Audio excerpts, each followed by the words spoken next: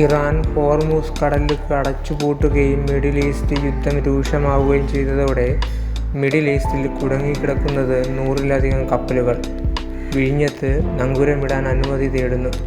ലോകത്തിൻ്റെ വിവിധ ഭാഗങ്ങളിലേക്ക് പോകേണ്ട 8 ഷിപ്പിംഗ് കമ്പനികളുടെ കപ്പലുകളാണിവ. ഇവയിൽ ഭൂരിഭാഗവും മദർഷിപ്പുകളാണ്. യുദ്ധം കാരണം ദുബായ് തുറമുഖത്ത് ഡോക്ക് ചെയ്യാൻ കഴിയുന്നില്ല. സംഘർഷം തുടർന്നാൽ ഡോക്ക് ചെയ്യാനുള്ള അനുമതിക്കായി കാത്തിരിക്കുന്ന കപ്പലുകളുടെ എണ്ണം വർദ്ധിക്കും.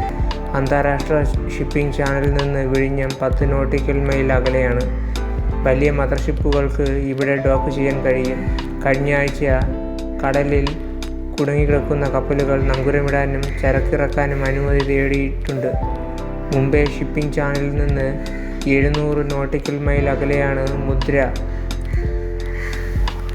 വിഴിഞ്ഞത്തിന് പകരം ഈ സ്ഥലങ്ങളിലേക്കെത്താൻ 50 മണിക്കൂറിലധികം യാത്ര ആവശ്യമാണ്. അതേസമയം പശ്ചിമേഷ്യ സംഘർഷം മൂലമുണ്ടാകുന്ന തടസ്സങ്ങൾക്കിടയിൽ ഇന്ധന ലഭ്യത കൈകാര്യം ചെയ്യാൻ ഇന്ത്യ 5 കിലോഗ്രാമിൻ്റെ ചെറിയ LPG സിലിണ്ടറുകളുടെ വിതരണം വർദ്ധിപ്പിച്ചു.